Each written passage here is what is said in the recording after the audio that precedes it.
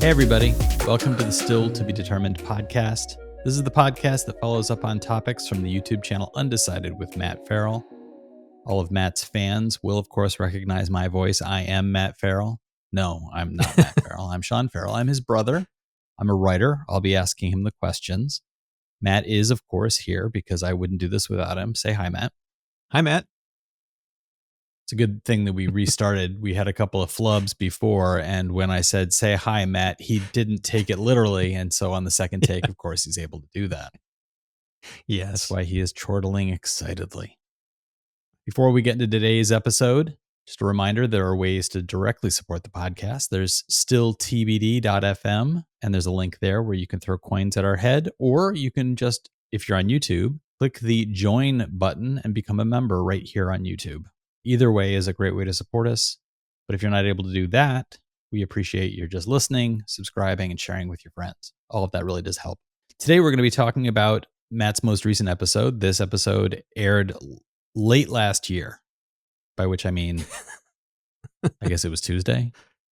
Yeah. This is from December 28th, 2021, and it's about solar-powered boats. Solar-powered boats could be the future of transportation. And right out of the gate, part of me responded to this with a, well, yeah, it's starting to feel a little more commonplace, a little bit like watching Star Trek and not being surprised when they pull a communicator out of their pocket and communicate with a ship in space. Like, yeah, I've got a cell phone. Next, like, what's the next big thing? So when you say, like, here are the arrays on tops of the houses, and here's the arrays on the field, and all the solar power being generated, seeing boats with solar powered panels across the top, and the designs, I think, were catamaran-like, very interesting, sort of a modernization of a standard design that we're used to seeing on the water. So putting panels on those things makes complete sense. Is there a little bit of the commonplace leaking into the work that you're doing on your channel? Are you starting to see a little bit more of like ho-hum to some of this? In some ways, yeah. I mean, when I started looking into this was actually been on my backlog of topic ideas for probably about 6 months. It was one of those, I have a friend that's actually looking at buying one of the silent yachts for themselves. Wow. And so it's like, they're planning on retiring and basically going sailing for the next, however many years. And it's like, when they told me about that, that's when I started looking into it. And I was like, oh, wow, this is really cool. But it didn't surprise me. It's kind of like, I drive an electric vehicle. I'm seeing electric vehicles all over the place. It's becoming kind of commonplace of, if you can power a car, then of course, why couldn't you power a boat? So there is a little bit of a, I don't know if I would say ho-hum, but it is becoming more routine and more accessible, that it feels normal that it could be on a boat. So it's not too surprising anymore, but it's still, I know there's a lot of people out there that aren't as steeped in this as we are, or used to it as we are, and they may live in parts of the world where they don't see a lot of this. So it's still kind of going to be surprising to some people, which is why I thought it was still a interesting topic to dive into. I also began to wonder if it's a little bit like, I mean, the last comment you just made about people in parts of the world where it might not be expected.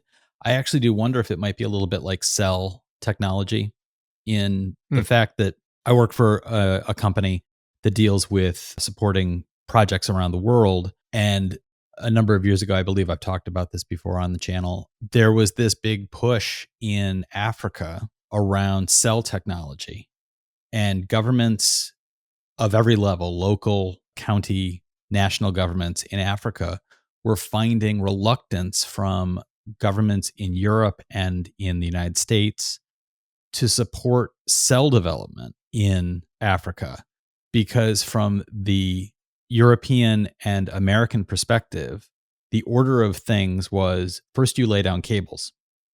And once you've got telephone cables in all the houses, then you go about building cell technology.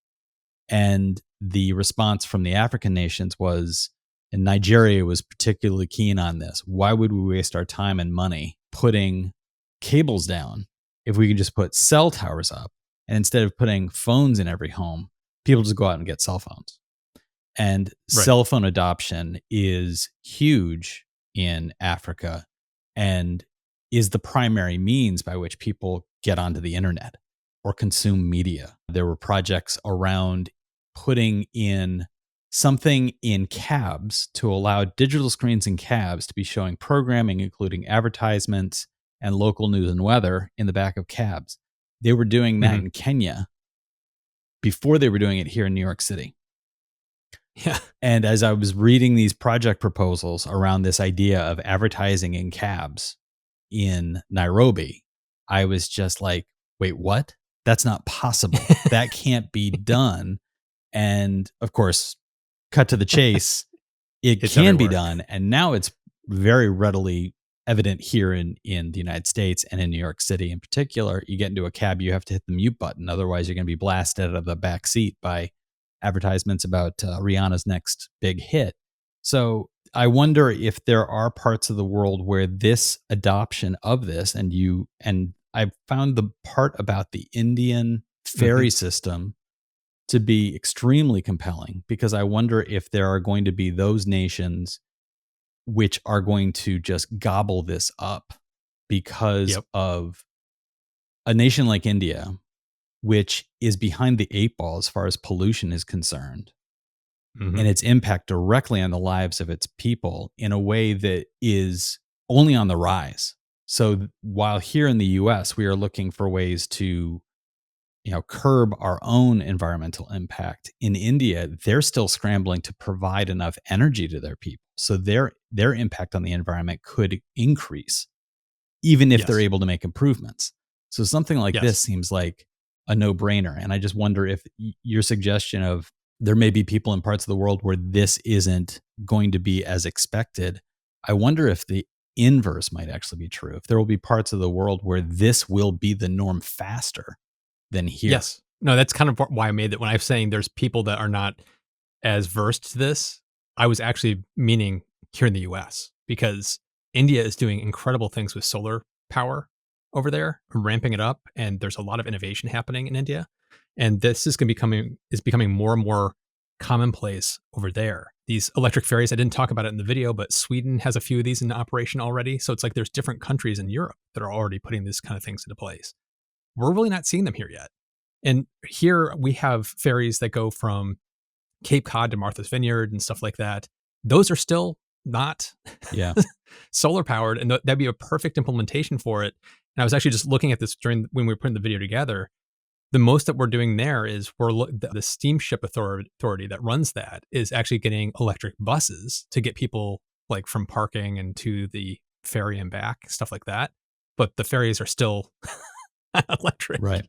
It's like, come on. It's Yeah. like this would be the perfect implementation for it. I wonder how much So of it's like that. it's interesting to see other countries getting there first before you'd expect it in a richer country, or a country that's supposed to be on the cutting edge when we're actually not on the cutting edge. Yeah. We're actually lagging behind. I wonder how much of that is because of baked in infrastructure and Yes. concerns, especially from the public sector. I imagine there is a lot of hesitance to say, like, oh, if we switch over the Staten Island ferry, if we can change all of these ferries over to solar, we won't need the level of maintenance. Well, if we don't need the level of maintenance, we've got 100 people whose jobs are maintenance workers on the diesel powered ferries. We'd have to cut those jobs. So I wonder how much of this is a reluctance to, not to try to go too hard at this pun, avoidance of rocking the boat is There's a potentially a part of yeah, it, as well as the fact that the companies and the public transportation system is so built around diesel and hardwired electric and other forms of power development, that this yeah. transition would be seen as, well, we literally just put $5 billion into the New York City subway system. What do you mean we're going to change it tomorrow? There's an inertia. If it ain't broke, don't fix it Yeah. kind of mentality. But I always bring up costs whenever I can about like how this compares in costs to something else, because when that gap gets wider and wider, it's going to bust through politics. It's Yeah. going to bust through that inertia, because it's like when a company that's running, like the MTA is running subways or the buses, and they can see, oh my gosh, we could cut our yearly expenses by like 15 to 20% by going over to electric. Politics be damned. It would be damning if they didn't, because it would save so much money for the city and so much for the operation. So we're getting to that point now where it's like we're seeing the gap in costs getting wide enough that it's getting harder to ignore. Yeah. So it's I think that's what's holding the US back for the most part is that if it ain't broke, don't fix it. It's not going to save us that much money. There's a lot of doubt of like, can that actually work over the course of 10 years or not? So there's a lot of resistance, but I think we're getting to that point where it's a tipping point where we're starting to see that flip.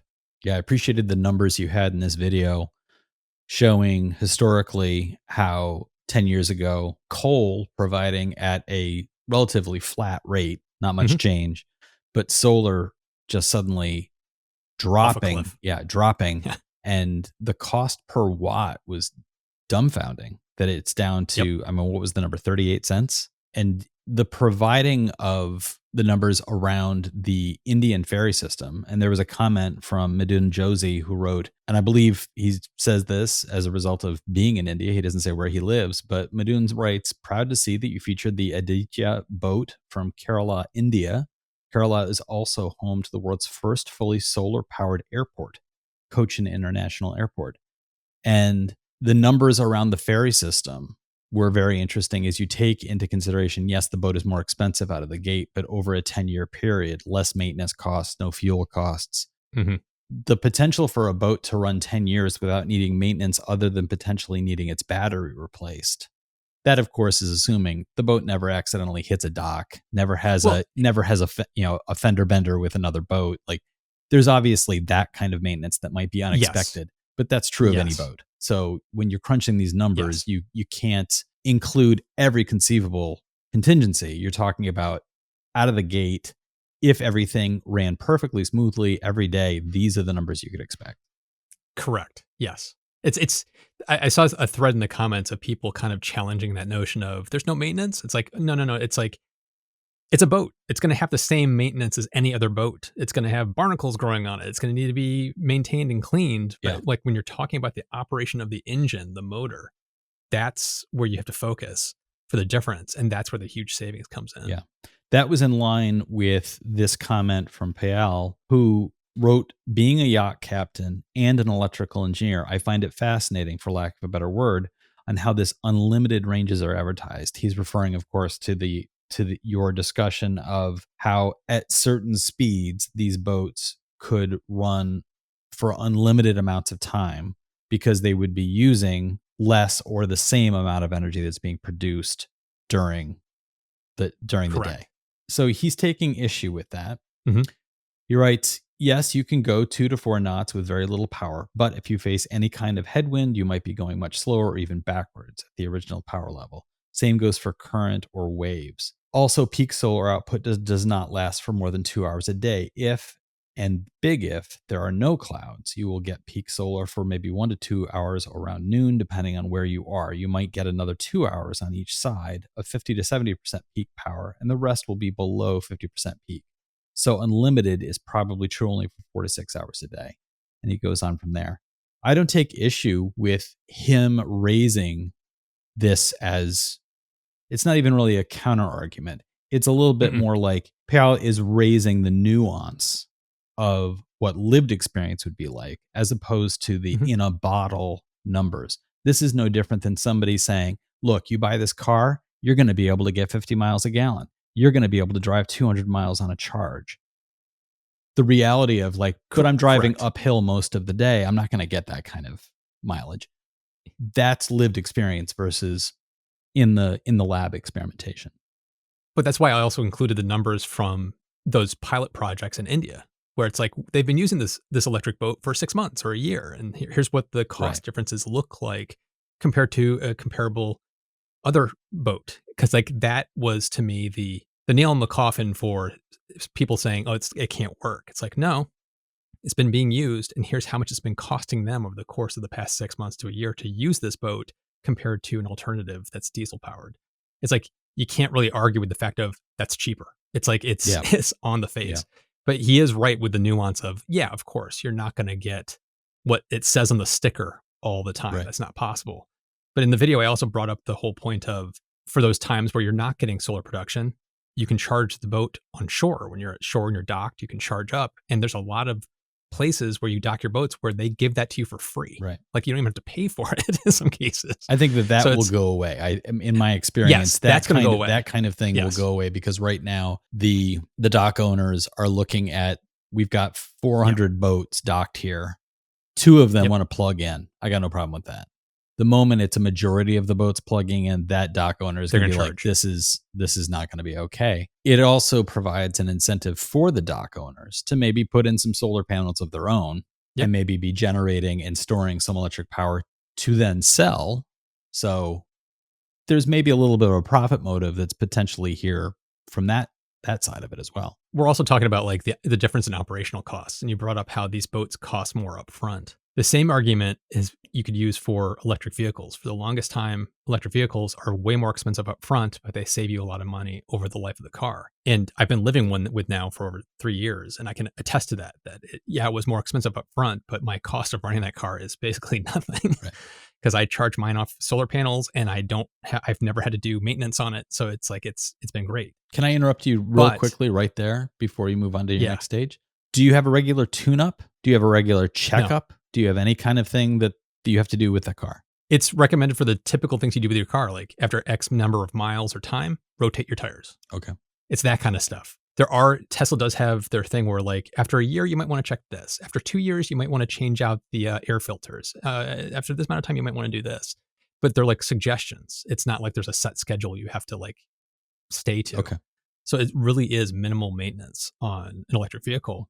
But electric vehicle prices are dropping because as you do mass production of anything, the prices to produce per unit drop. Mhm. And so right now we're at a tipping point for electric vehicles where they're getting damn close to price parity up front to a gasoline car. And so once you hit that, on top of the savings you get for operational costs, suddenly electric vehicles will look appealing to everybody. And then in time, it's expected electric vehicles will actually get slightly cheaper than gasoline cars. The same can be said for these boats. It's like right now, it's super early days, so they're crazy expensive. But if this starts to catch on and these companies start to produce more and more of these boats and there's more options on the market and they're making them faster and cheaper than they can today, it's like the prices of those boats are going to drop and at some point could match price parity to a diesel equivalent.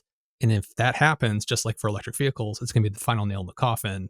Everybody's going to want to switch over because it's like up front, it doesn't cost extra and we save money in the long term. So it's like it makes the argument much easier to switch once you hit that price parity point. Right. And the numbers as you provided from the India companies seem to be very pragmatic from a mass population use. Hmm. Hmm. And the numbers for the mega yachts, Yeah. the prices are astronomical, but the prices of a normal yacht are astronomical. And so Yes. I looked at those numbers and I was just like, it really isn't the people who are going to be looking at buying a yacht aren't going to be balking at that anyway. No. So for them, the idea of like, oh, I can spend another $500,000 and get an electric one, there's going to be a little bit.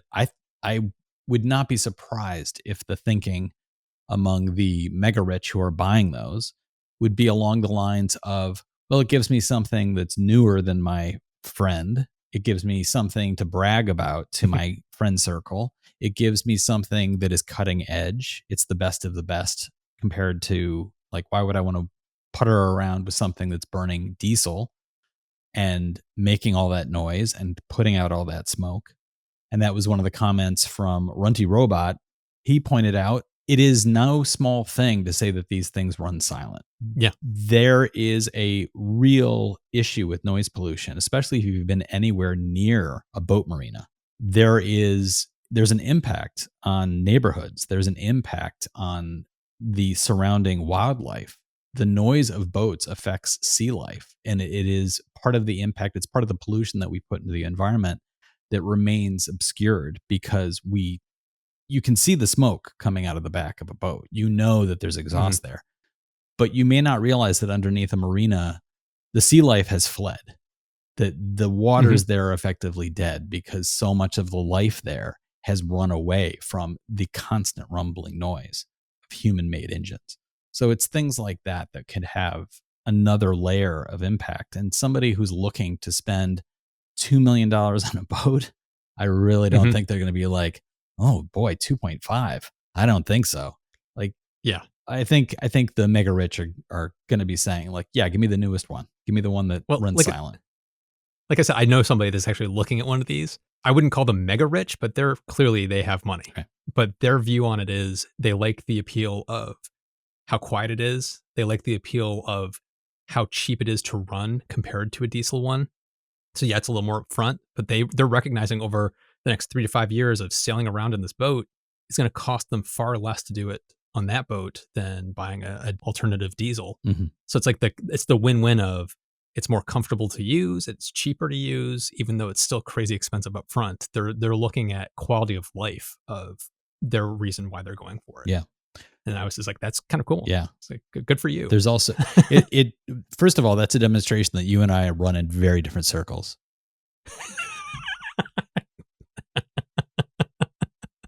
I know one person. Well, that's your 1%. I don't even have that 1%. It is there's also, I would think, the idea of, okay, if I'm on this boat in the middle of the ocean and it has the ability to produce power, even if I can't drive the engine, even if I can't like get thrust from the engine, the ability to still have radio and lights running, the ability to generate power without burning fuel that you would then be wasting with a generator. And having a generator or having a battery backup to know that you could sustain yourself for days if you needed to, away from a port, maybe during a storm or something like that. Mm-hmm. That seems like a little bit of a built-in safety net, which I think would also be a draw. Yeah. So, yeah.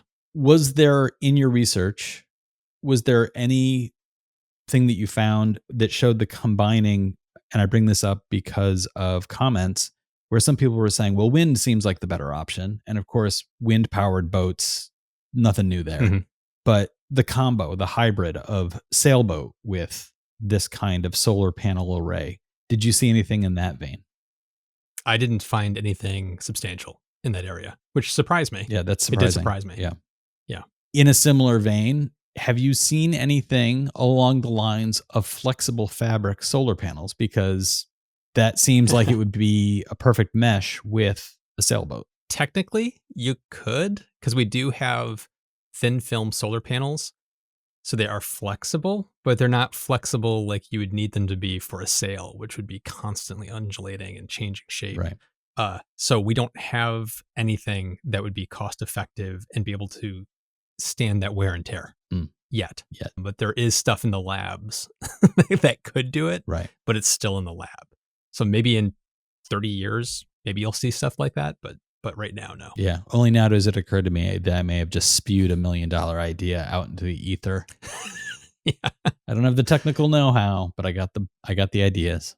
So listeners, what do you think about all this? Do you see a future for solar powered boats or even beyond boats? Do you see the potential for solar paneled mass transit in your communities, in your cities, or are you even beginning to see it actually happen? Let us know. You can tell us about it via the contact info in the podcast description, or you can leave a comment on YouTube directly below the video. Please do subscribe and share us with your friends. And don't forget, there are ways you can directly support the podcast. You can visit stilltbd.fm. You'll see the support the podcast link there. And as I mentioned before, on YouTube, there is the join button below the video. You can become a member that way. As always, we appreciate your listening or your viewing. Please be sure to give us a rating, a review, and share us with your friends. All of that really does help the podcast. The podcast helps the channel helps Matthew, and then Matthew steals my $1 million idea for a solar sail. Thanks so much for listening, everybody. I'm already bitter. Talk to you next time.